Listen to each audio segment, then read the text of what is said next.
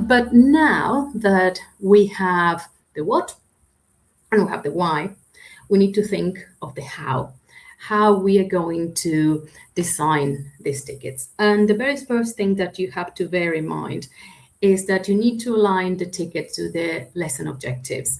Not yesterday's lesson, not the lesson a week ago, this one that you're teaching today. And if you have done your lesson planning properly, you're not just going to have one linguistic aim for this lesson. You're going to have different types of aims, and this is what you have to align your tickets to.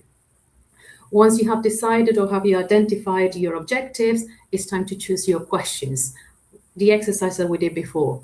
Are you going to use it for reflection? Are you going to use the ticket for linguistic check? Are you going to use it for social emotional learning?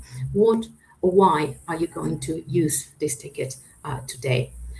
Once you have your reasons and you have identified your whys, you need to actually write the ticket and use very concise and clear instructions, because you want your students to focus on the activity and not on the instructions. If they have to spend time, waste time decoding the instructions that you give them in the ticket, it's purposeless.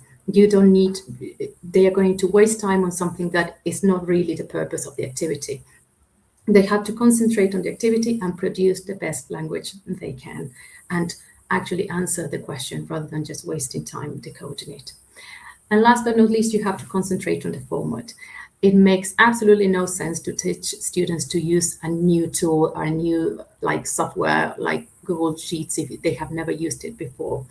They have to use a format, paper, a question on the board, you name it, but it has to be a familiar format, something that, again, does not add to the cognitive overload that these students might already have. So use drawings, use text, but wherever it's accessible for your students and wherever it's easy for them to answer. Fantastic. Oh, I'm seeing all the answers that are coming up for the previous questions. We're going to address them later. So let me show you some of the tickets that I have used in my teaching history and some of the ones I still kind of use or devise in the lessons that I write.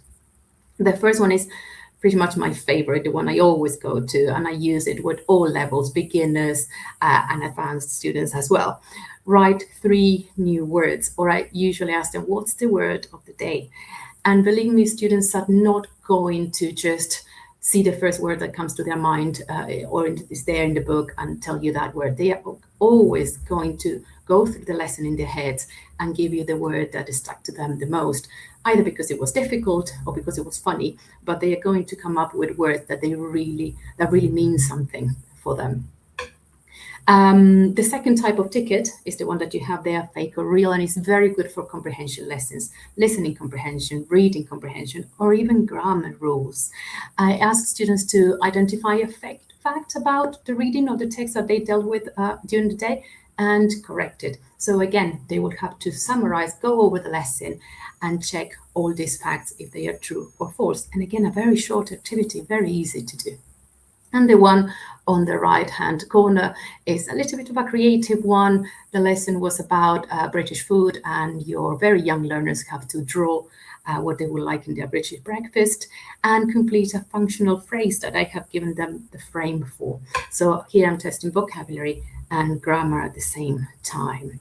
So these are your content-based tickets. Next, we have the metacognitive ones and the affective tickets one. On the left, you can see a screenshot for a Kahoot that works very well with your very young learners, because believe me, they do know how to do a Kahoot when they are 8 or 6. So all they have to do there is tell me how they feel at the end of the lesson. And I've used emojis because it's easy for them. They don't have to read words or understand any adjectives. They just have to tell me how they feel, and they are used to this language. They're used to the language of emojis. So it's very easy for them to actually do that activity, and it's very visual, and it's very attractive for them to gamify the exit ticket at the end as well. The one at the bottom, English lesson cuarto B, is more of a diagnostic one, or the one that you can use at the end of a diagnostic lesson to get to know your students a little bit better. You're forcing them to reflect on the different types of activities you work with during that lesson, and ask them to think which one was better or they were more at ease with. And that will help you identify what kind of learner you have in that lesson or in that class, really. And the one on the right is supported by a visual, via drawing. Very simple question, again, but very powerful. What's the muddiest or most confusing part of your lesson? And you might be thinking here, they are going to just talk about grammar or vocabulary. Not really. When you ask a general question like this one, students might tell you that they found the listening difficult, or they found working with others difficult, or they didn't like a certain part of the lesson. So it's a very open and very simple question, but it's a very powerful one. Again, a simple strip of paper will do the job for you. And last but not least, an example of a creative ticket. These are my favorite ones. I think we're okay with time, so I can go over them. The first one is a TikTok one. It's creating a TikTok video about the lesson. And you might think, okay, they might take ages creating a TikTok, but not really, because I'm giving them the sentence frames here. So I'm asking them to summarize the lesson with 3 main sentences that I have already provided with them, a very clear framework for them to work with and to make the activity really short. The pink one in the middle is about connection and synthesis and thinking about their culture and the culture they were reading about or exploring in the lesson. And they have to be very creative and create world fusion restaurant, comparing and combining the 2 cultures. And this is very good for international classes. And the last one at the right is my favorite one. I use it all the time, together with the 3 words. It works very well with more advanced learners, B1 and above. After you have been working with current affairs or topics that can be really controversial, or debates, or even a grammar topic as well, it asks students to give you a headline for the lesson.